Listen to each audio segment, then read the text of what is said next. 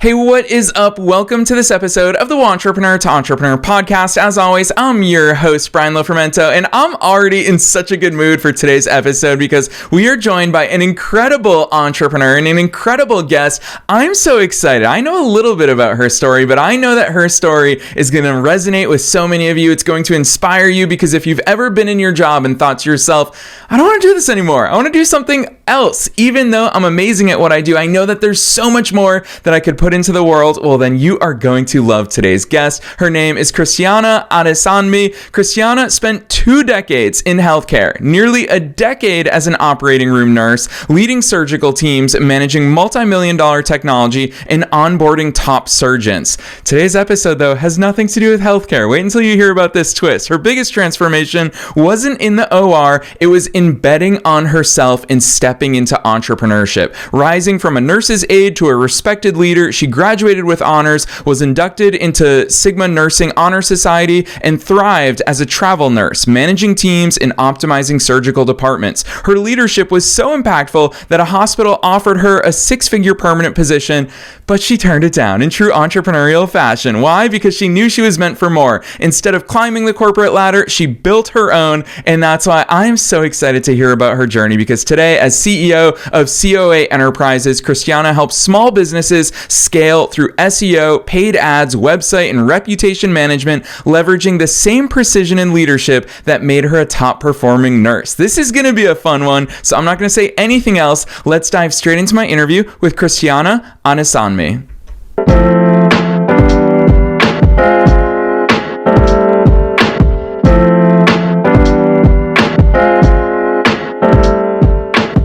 All right, Christiana, I am so very excited that you're here with us today. First things first, welcome to the show.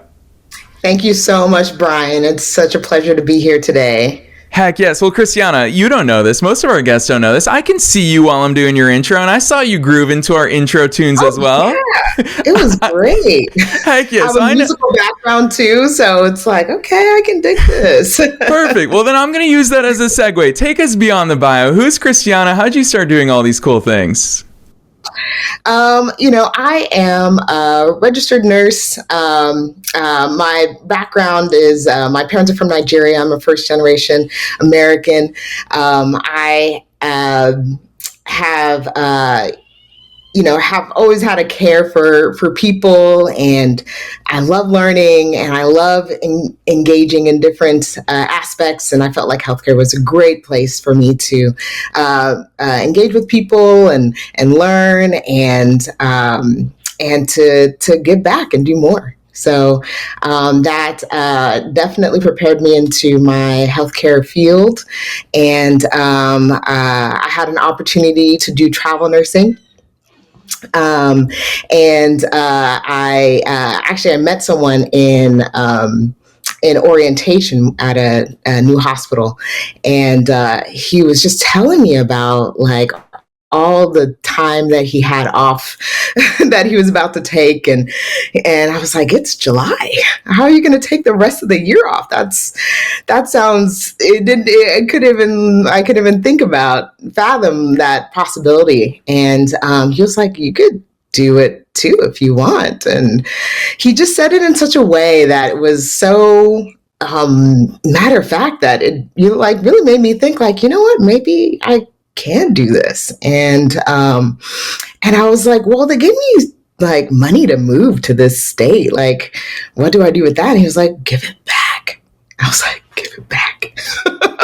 Give it back. I can't believe that's like sometimes there's things that just hinder you. Like you think that it's a big deal, and someone just says like, oh no, like, you're not bound by anything. You have a choice, and, I took him on that, and I gave that money back, and I started travel nursing. And it gave me some great opportunities to be in leadership positions. Like mentioned in the bio, I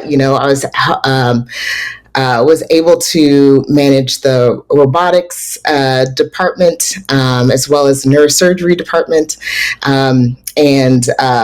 help to make sure that surgeries were have all the equipment and elements that they needed, onboarding the staff to handle the things, making sure the doctors had everything they needed, had my own budget to manage things, help with hiring, the educational process, and more.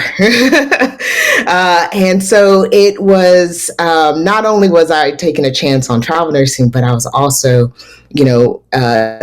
catapulted in this position of leadership that I thrived in. I was excellent. So much so that they offered me a six-figure position. And, in retrospect, I was just thinking the leadership, there was, the director, wasn't too far off from the position that I was, in, and, I kind of saw the path, and I saw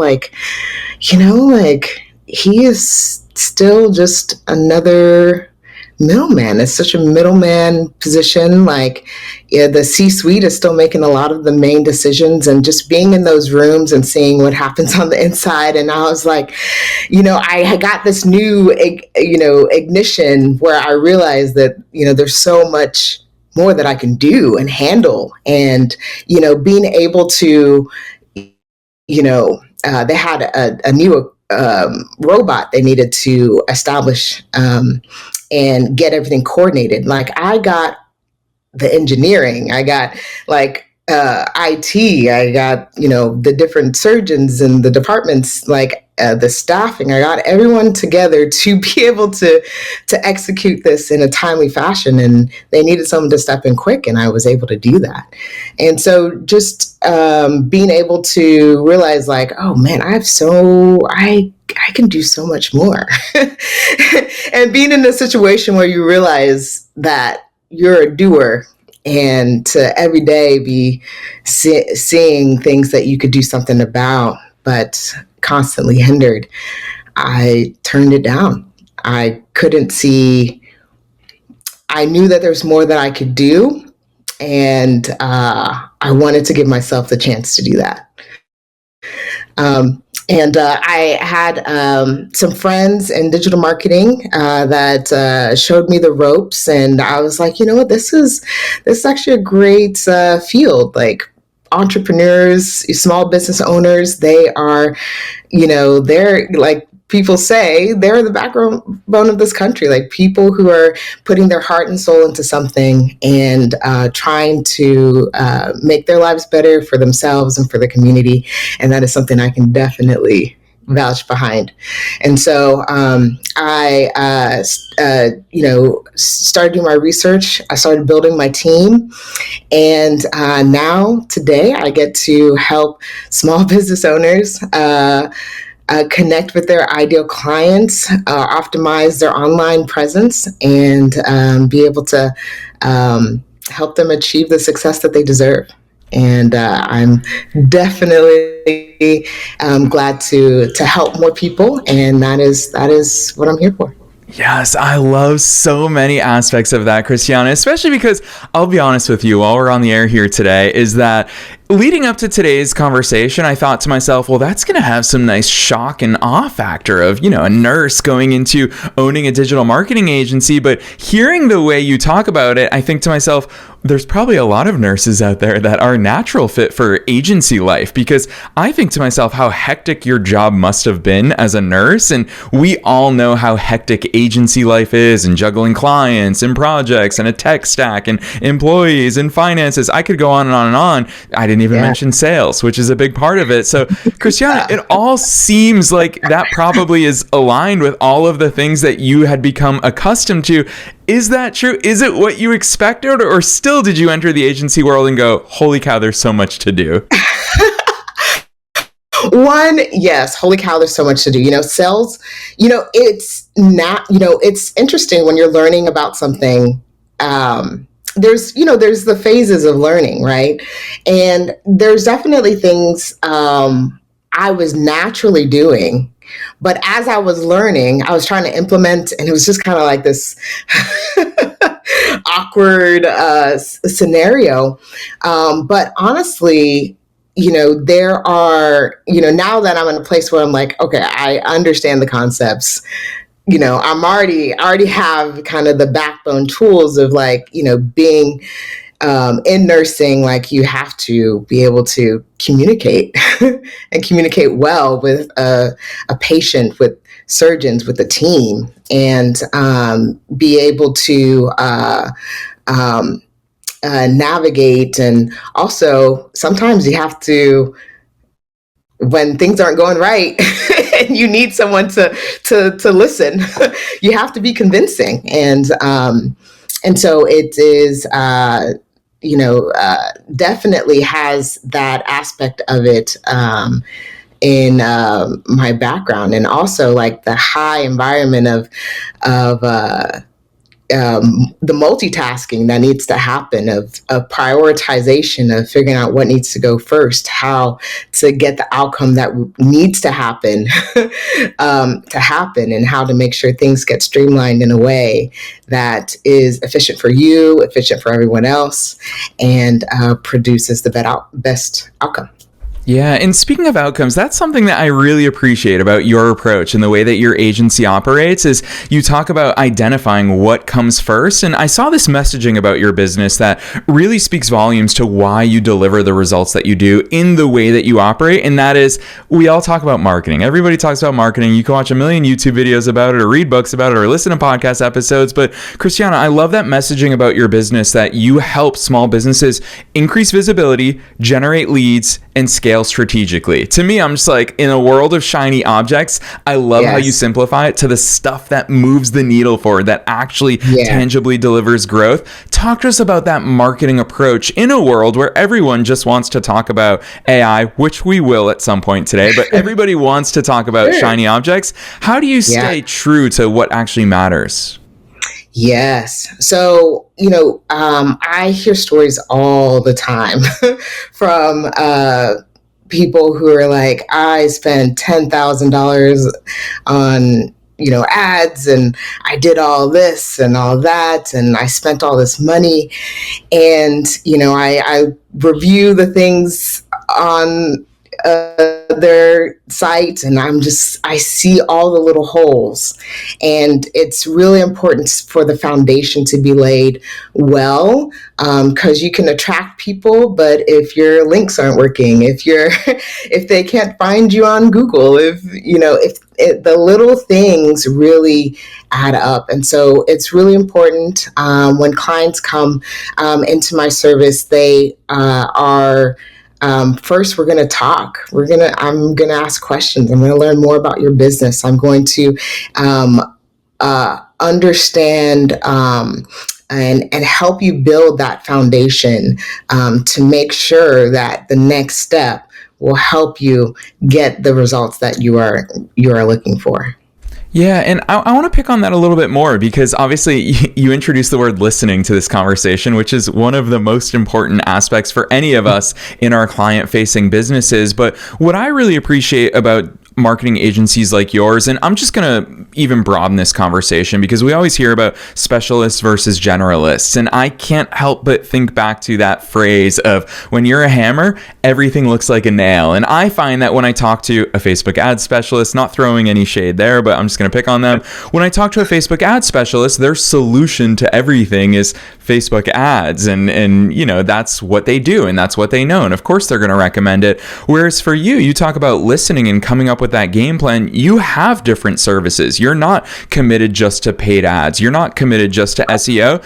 Talk to us about how you make sense of all the avenues that are open to small businesses. We can market in a million different ways, but how do you listen to them and start to put together that marketing mix and roadmap for them?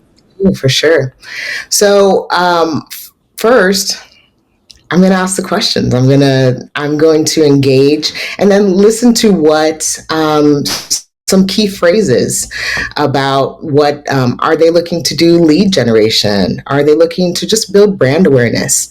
Like, what stage are they in their growth?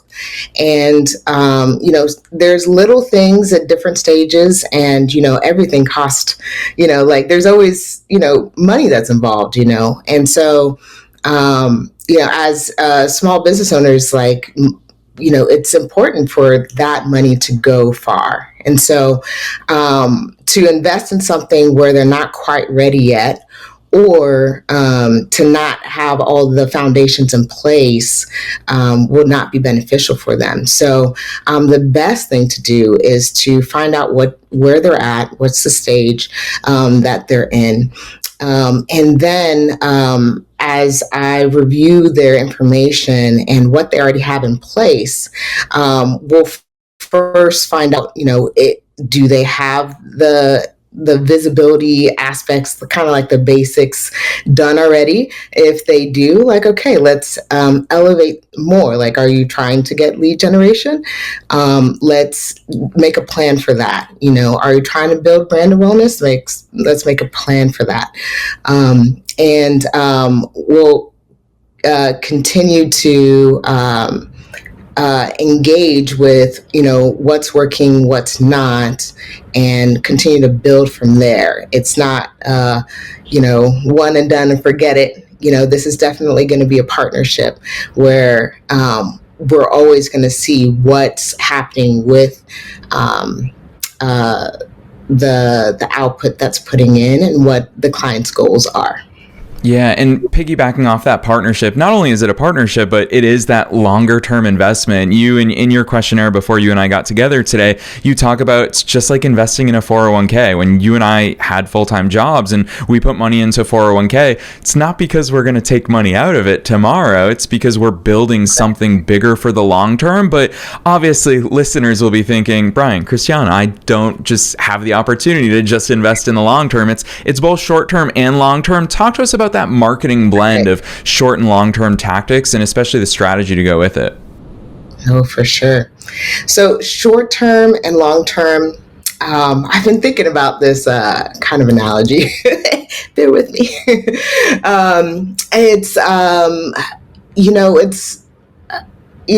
There's SEO, which is search engine optimization. That's also with AI, which it's mentioned, is, a lot of things have been changing and fluxing with that. But that is the long-term approach. And the customer journey also has to be considered as it's changing in our very vastly changing world. Customers are, they're gonna, they might hear you maybe from a friend, or from a social media post, or, whatever means that they engage you with. But once they hear of you, they're going to do some research. They're going to, search you on Google or find some images of whatever product you're serving. And they're going to try and find more information. And if you're a service-based business, they are going to want to make sure that, you resonate with them. Does this look like a legitimate business? And so the short term is getting that. The short term is building those little wins through, setting up the basics, your Google business profile, making sure that you have that people, if they're looking for you, they can find you.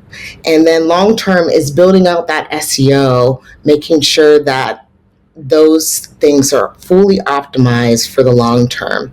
And then paid ads in there can really skyrocket, the length of SEO. But, once you stop paying for ads, those goes away. So it's very short term, but if you have a plan and do investments, it can be coincide with SEO to optimize for the long term. Yeah, which is why we always call it a marketing mix. And it's so cool to hear the way that you think about it. But Christiana, at this point in the conversation, I've said the word, you've said the word. So we've got to talk about AI. Everybody wants to hear how it's impacting marketing and services and agencies. So what's your take? I could ask 50 different people and get 50 different answers. So I want your answer, Christiana. What's your take on where we are with AI helping us and making the marketing world better? And of course, there's a shadow side to everything. So what are those special considerations when it comes comes to the use of AI in marketing? So AI is, I think it is a great tool. I think it can really be a time saver, and it can really be something that can be managed. It doesn't have to be this thing that you feel like is going to take over and not be something that you can that's going to disrupt your business. It can definitely be a partner in your business if you make sure that if you're going to use an AI agent that is optimized, it has your exact, streamline of processes that you want it for it to execute, and it will be able to execute those things. And so I think for receptionists, for, answering, streamlining the sales process, answering phone calls, those things I think are great for small businesses. That will definitely help them. The considerations for AI is one, you have to be, it's not perfect, right? So if you're using something, not an AI agent that is like custom to your business, you're using, ChatGPT or whatever the mainstream AI search tool that you would like to use. There are frameworks that can be implemented to just make sure that you are understanding how to ask the right questions and engage with it in a way that are more ethical for you. But definitely there's a shadow side where it could be used in a way that is not advantageous. Yeah, and I've seen it personally. As a podcast host, I get 20 to 30 pitches in my inbox every single day. And since AI has come around, Christiana, I would say probably 80% of those pitches sound the exact same, and I can tell that they're using podcast pitching AI tools because they actually pull out the exact same stuff from my podcast listings. And so it's so obvious, which I think is really cool because obviously you and I were talking off the air about, how great it is to be surrounded by great energy. And I think that injecting and infusing our personalities, our energy into things, that's our leg up in the AI world. And I think that's so important. But along those lines of getting outside of the world of AI, what really stands out in this conversation and all the things that you keep bringing us back to is the foundation, your business foundation. You talked about your Google business profile. You've talked about your website. And I think, these are the fundamental aspects. There's no way around that. People are going to look us up. I've long since realized as an entrepreneur of 17 years, I've never really used LinkedIn because I don't really apply for jobs. But people go to my LinkedIn and they check it out. So I have to be there. So Christiana, what are those foundational elements of a business that every single business owner should make sure that they have in place? Oh, for sure. Yes, you need a website. I mean, I've heard so many people that they're like, oh, I don't have one. People don't really care. But it doesn't have to be, super fancy, depending on what you're looking for, you know what I mean? But it definitely should be professional, clean. I have a brief story about that. I have a friend who, she was looking for an OB, she had a cyst that needed to be removed. She was looking to start a family, and so she was looking for an OBGYN. And she had a friend that worked in the operating room where she lived, and in one of the hospitals that she lived. And she recommended this surgeon, and she looked the surgeon up, and she said the website was creepy. She felt so uncomfortable just by the surgeon's online presence. Like the word of mouth negated the fact that she, had someone who actually worked with that surgeon, knows the skill level of the surgeon, knows how great they are, but just how that surgeon looked online felt like, everything was out of date, no images were up. It just didn't feel like someone that she could connect to and actually want to do surgery with. So, it is so important to have a website, to have places where people can find you. Google is still out here as there's lots of competition with Google. Like, there's so many search engines that are out there. There's, people go to YouTube so much to learn about things and to search basic questions that they have as well. Pinterest is up there. So many different other places that people go to search as well that are competing with Google. But Google is still a place that people know, identify, and is, on their phones, very easy to access. And so making sure you have a Google business profile set up for your business is very, very advantageous for you as well, just to get that local reach that is just like free leads, especially if you're optimized for local SEO. Yeah, it makes sense. I love the fact that you tie that in, because I feel like it's forgotten for so many businesses, which is crazy. I'm a big aficionado of coffee shops. If I'm not in the recording studio, I'm in a coffee shop. As an extreme extrovert, I need to be around people.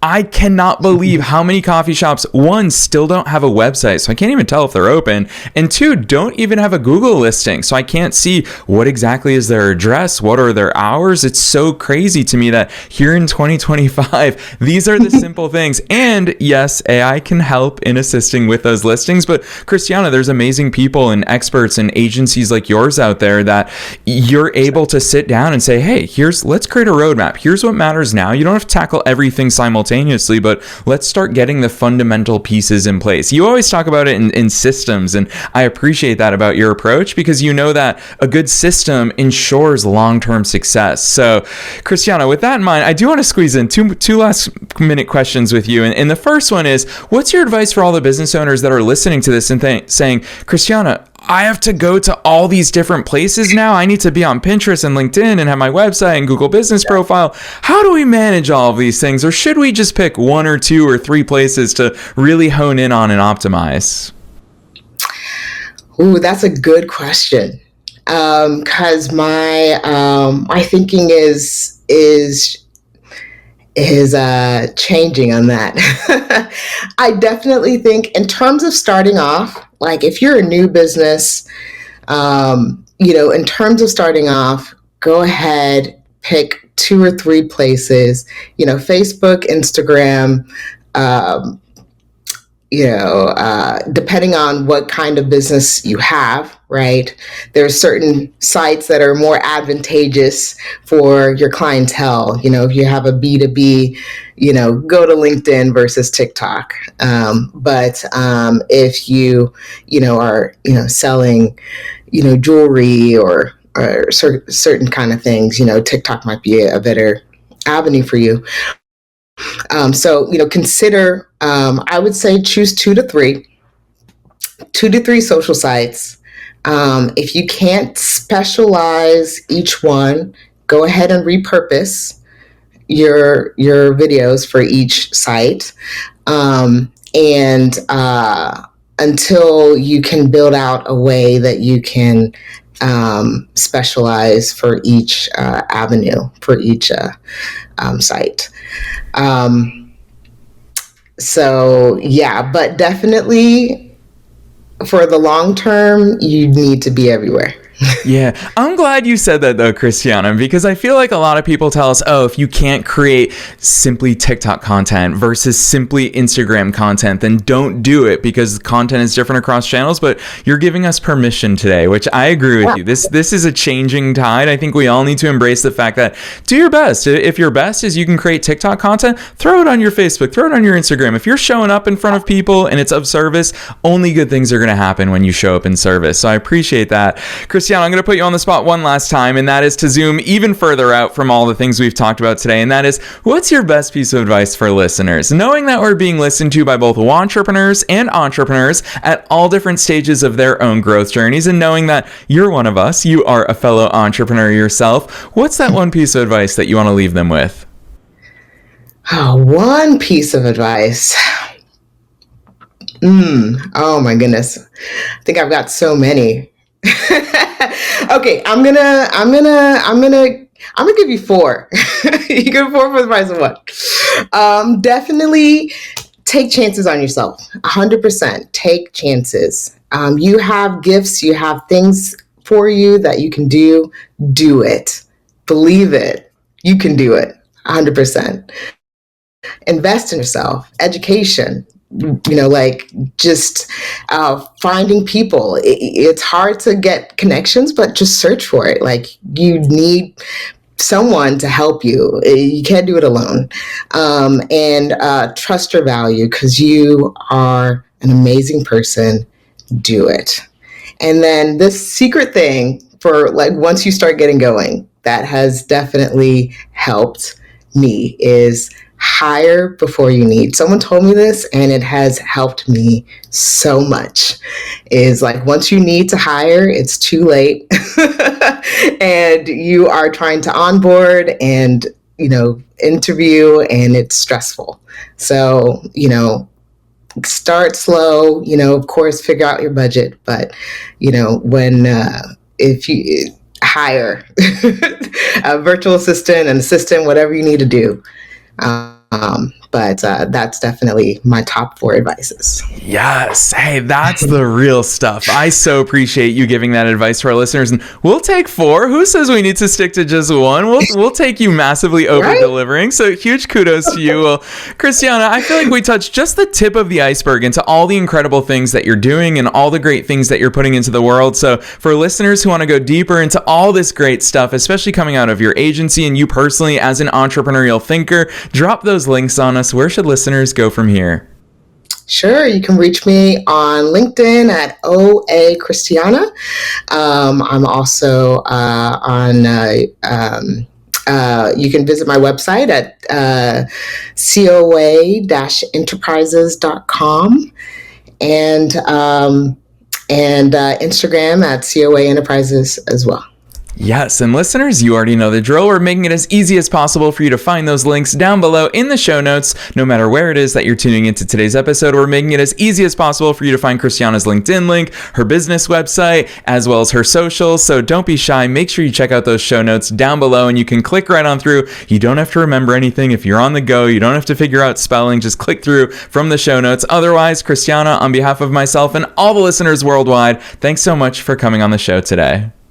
Thank you so much, Brian, and I wish all of y'all the best of success, and let me know how you get going.